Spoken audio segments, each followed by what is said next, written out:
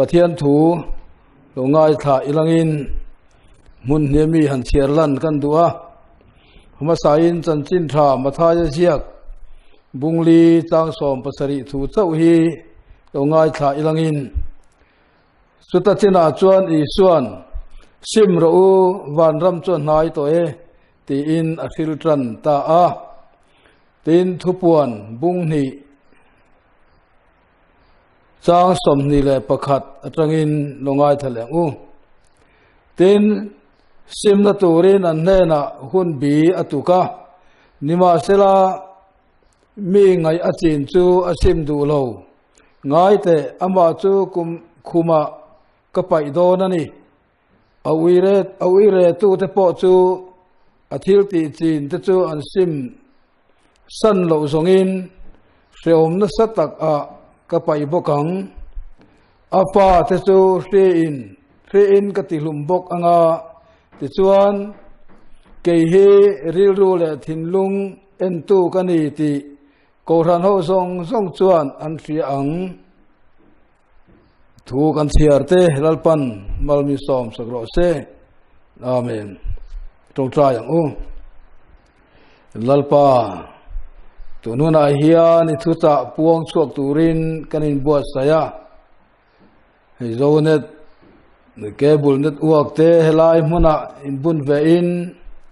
hundei lo te an lani mek laya hatiang din hmun an thleng thei te an ruam han thei te hi lom om le in ka hria a inena polom thu ka soi ani tununa hian kan ram ina amamo I thu hi soi tur tam taka om poni selangin voina kan soi tlem te mangpo hian imi te nangin min pol tharang che lali suam hingin kan dila che amen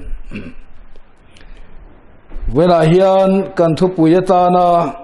kan Thantluanga chu sim ro ti hi ani a kan Pathian Thuchah hian sim na thu hi apoi mo le maya lali suwa huna chau ni lo thu thung hlui atang to po khan kan hria ani thu thung hlui a zol nei te thu le hla zong han chiarila zol nei le khaputi sang zol nei lian le zol nei te poina an soi war ber to simna ania Pathian lama hoi kir le an sual te sima Pathian du zong ti tura annun an ngai tua thar poimo zia zol nei ten an soi war ani kan thia tangin Pathian nam than Israel te Pathian in ai kupta selata chuai chuate khan kanan ram pana an kalna te kanan ram an lua nuwa te po khan Pathian an hoi sana Pathian du lo zong thil tam tak antia sume wang chuan zol nei te mangin Pathian in atiat tir thina an sim lo wangin Pathian an hoi sana wangin an tuar thin bok ani kan Pathian Thuchah hian a poimo ber alai pui chang to cho simna hi ani a kan ring tu nuna po hi a poimo ani so wangin tu na po hian simna thu he kan phakang tok toy kan soi do na ei mizoram a po kan hriat angin hripui in min nanga min ti buaya khovel pum kan buaya chunga wang chuan ko ran ho te po kan kal phung pa ngai anga eng ma ti thei lovin kan oma April tha vela khan MKHC buat sain home crusade TV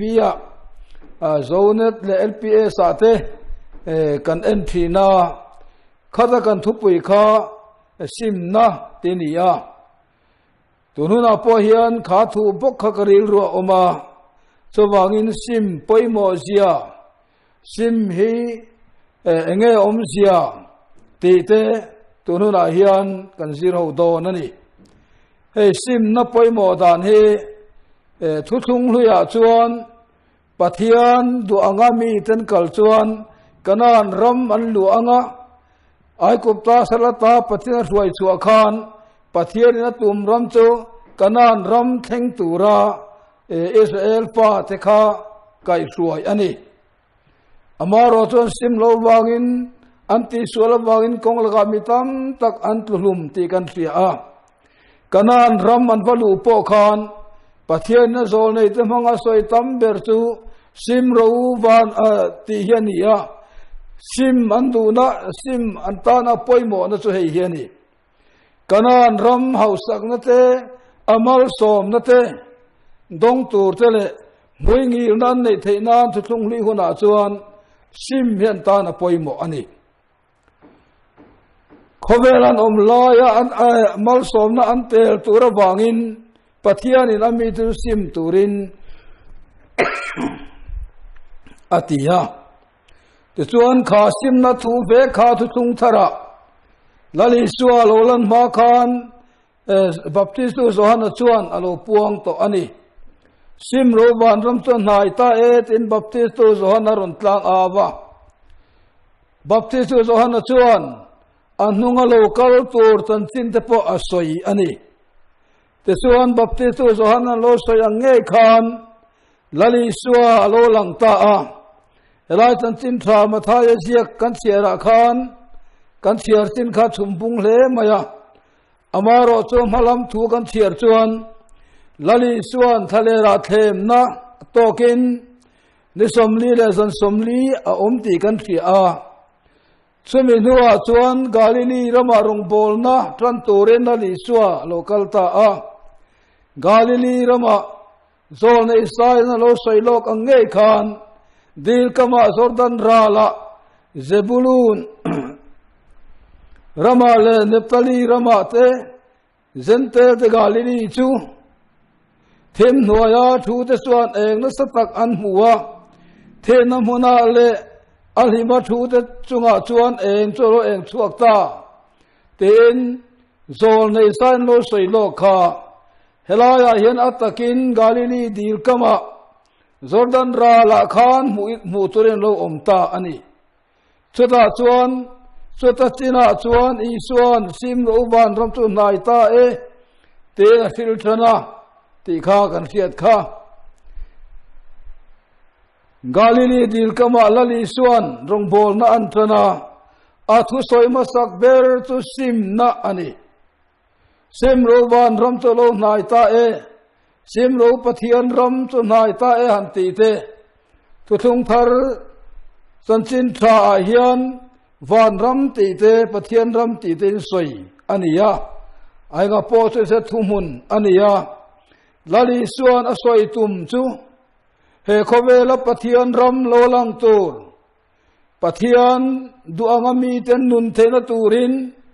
pathian in ahun tiam chama krista alo thengta a sumi sam thei tur ton an simanga yani ti kha lali suan soi tum chuani he poimo le mai pathian ram nun sang tur hian enge poimo kan ti don sim anga yani sim lo tenuna pathian ram pathian mi zia pathian du zong a theng thei lo te kan pathian thu tang hian chiang takin kan mu thei ani sume bang chuan thu thung hluya kanan ram hausak na te mal som na ten san the na turin sima pathian lam hoi thei turin pathian ina zol nei mangin a ko thina thu thung thara ero chuan he lei kanan mai ni lo van kanan satuana kan chol na mun tur chang tur hian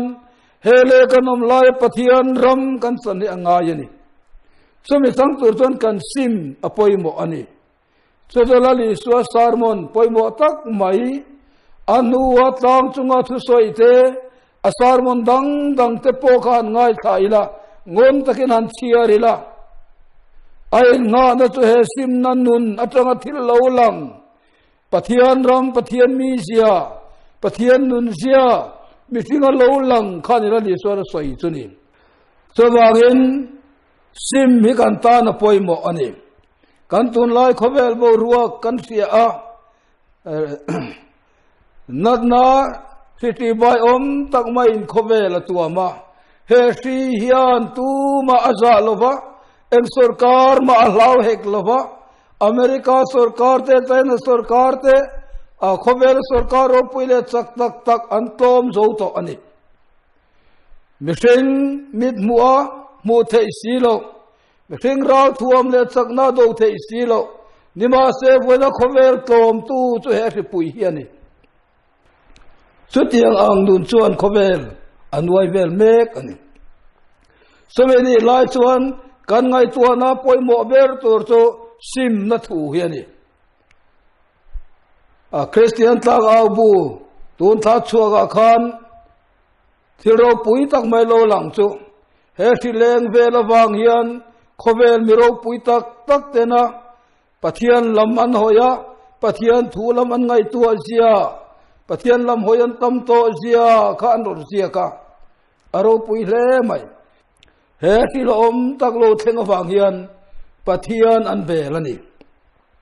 voina ke ni po chu poimo khop mai thu puana khan kan huwa en tin nge kan ngai thak kha thu puana po simna turin an ne na hun bi atuk a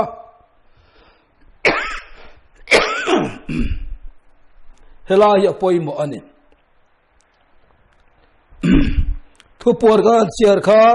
thua tirak kho ko ran ho ne na le kha thon ania amalam kan chiar chuan Pathian ta na in pek na kha ko ran kha phak a lo le mai en kem mai kha atha ti vekania amaro so atopa adem na lo om ve chu zol nei nu pakhat se bili kha me che zol nei he zol nei der zol nei me che no zirtir na wangin khan thotira ko ran chu demin alo oma khang in ngai na an chin te an sim do lo wangin Pathianin heng in sim lo zongin in fa te chunga si ka len ti ranga ti te pon a soini ti kan fia ani wena hian ke nei po kan tun lai khovel bo ruwa kan thiri la khovel mi te hian Pathian poi kan soina sa to o mang o ti te pangai tu a thei ani Pathian hi omlo hial ang te mitam tai kan ngaya khovel mi fingle mi ro puiten Pathian hi omlo wani te po antia nima sela Pathian chu ana om zia he himang hi ron lan tin nin ke ka ngai tu a thi sama chuan ngoi ula Pathian kani ti the ro u nam tin zinga choi moin kom ngale a hian choi moin kom bokang tin a soyani nam tin zinga Pathian omani nge zia ilfia tinan bithing tana kan ne rual lo firak thak tak mai khovela lo thengta chowang tununa hian nangle ke na kan ti tu om chun tu sim hiani simila lal palam hoila kan thil ti thalo zong te ban sanin kan Pathian du zong anga kan nun he tonuna na poimo le mai sim hunani thuatira ko than ho po sim hun apeya nima sera sim hun tur chunga an sim theilo ni nge tur ani voila hian ke ni po chu kan ni he si pui ti bai om tak mai hi Pathian zangai na o ani ti hi ngai tuang o chowagin simin alam I hoyang ten kan Pathian thua FSC bunga chang som le panga le som paruk thu de kan chiar chuan enge kan mu kha ni de tharlo wangin rem chan ta lei zel ro te la soyani so wang tu ni thalo ania kan khovel hun kan tun hun tak mai hun thalo ani he ni thalo kan tin mek la hian enge kan ti tur chu lali suan sim rovan ram chu nai ta e tia so hi poimo le mai kan Pathian thu chuan voin theng hi min langai tha a aza ngai na kan nen alalan tira kan dinglo nang angamin thungrul mai lovin a o min fia tir mek ani chuan lali suan sim rovan ram chu nai ta e ati he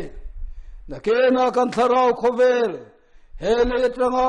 kan taksa ti borala om huna kan tharau khovel kan thenna tur chau ni lovin voina kan tun huna po hian kan sim poimo na chu Pathian ram nun zia ke manya lan na turani den solowa chuan sim tu te nun hi enge munile ti kan ngai tu poimo khop mai kan Pathian Thuchah hian an sual te sima Pathian lam hoya Pathian tu zong an nung metam tak zir tur kan nei chong singa tu na toy te kan soilan du te chu Daniel le athian te kha anni Babylon nal ne pukan Isara Khan milim lian de uman buat saya dura phai zola din lua maya kami sibai buk turati kami tam takin an Pathian kalsanin kha Pathian milim kha an bia a Daniel le thian te howero chuan an bereng reng lo ti kan tia mei puyen pal tlanga sakei bak nei pu kan pal tlang ti kan tia ani ten Joshua chan chin kan tia Joshua unau tena an salak po kha kan tia ani Josepha kha Josepha po khan anun ram pal tlang kha ro pui le mai arab thak ti zong pa soi thei ani nima se kham zong zonga khan Pathian ati tata asual te simin Pathian lama hoi tata wangin anuna thilkhir takaro then po khan cho them na khir tak mai po chuan an ne lova te chuan Josepha din mun kan ria ani ten chu thung thar lama po tiang ni soi tur tam takan om lali suwa zir tir te petera te ho po tharau thiang liminan thuama sima kristalaman hoi meu khachuan alen ling songa khen be te po an ngam ta hialani kha mi ten enga ma ngai lo ma sela lali suwa an tran ani wala yan kantana poimo chu hei hiani min na sual sim tak taka kristal hoi tlachuan mi te ti wang ni lovin mi ten ti lo ma sela mani chau poin ding ngamani wala yan kan ramina mamo chu hei hiani sual sima mani chau po kristata na ding ngam mi kan mamo ani chutiang ni tur chuan kristaring tu he zoramaring tu inti te kan buat angai ta kan ramman thirila ei lung na le hlem hle na khata a tun har sana kan han to lockdown chuga mai po hian tam takin kan lau lopa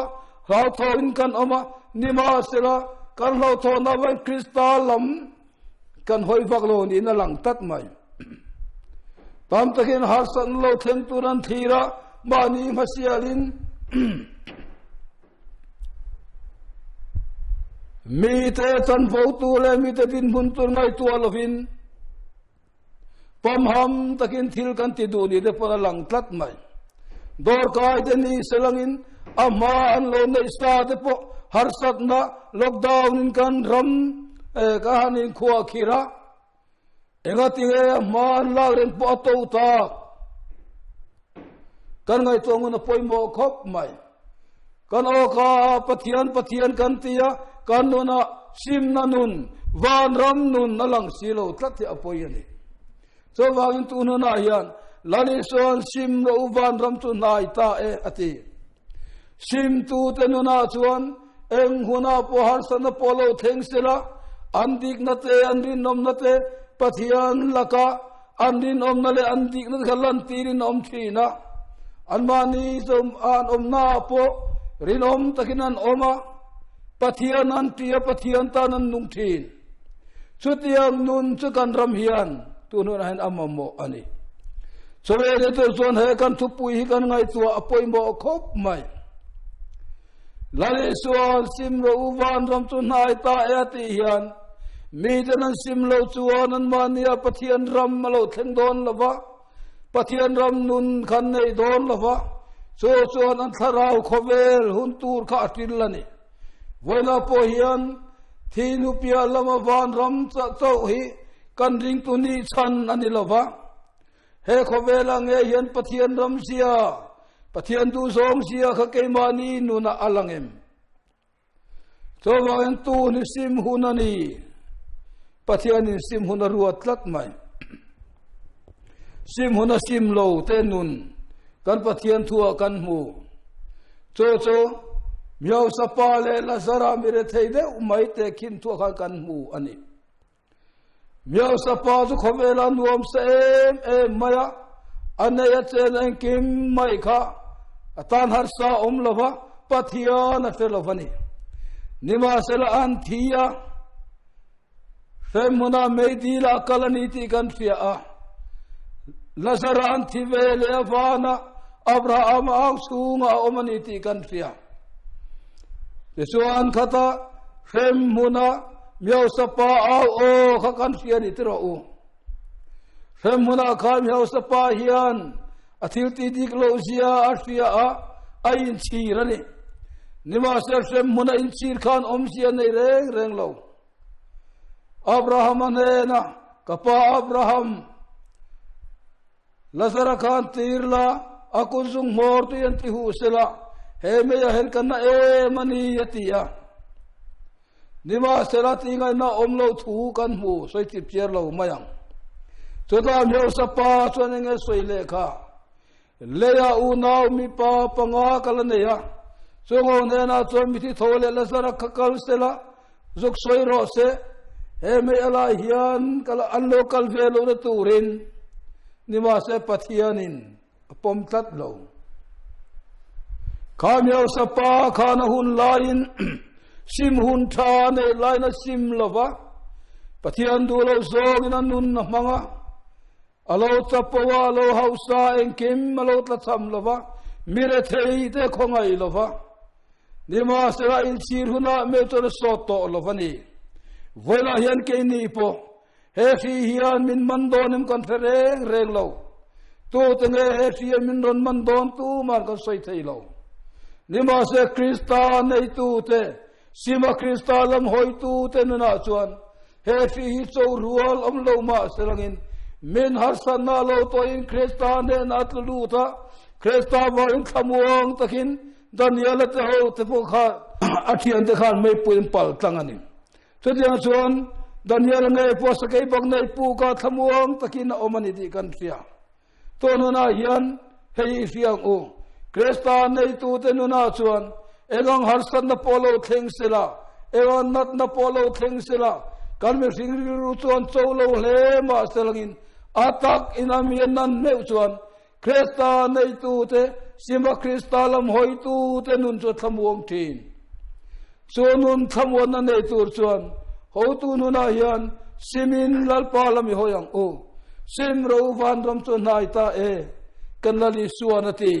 henun tang tur hian in bo sayang lalpa na thu kan sa tan mal min som sagro se amen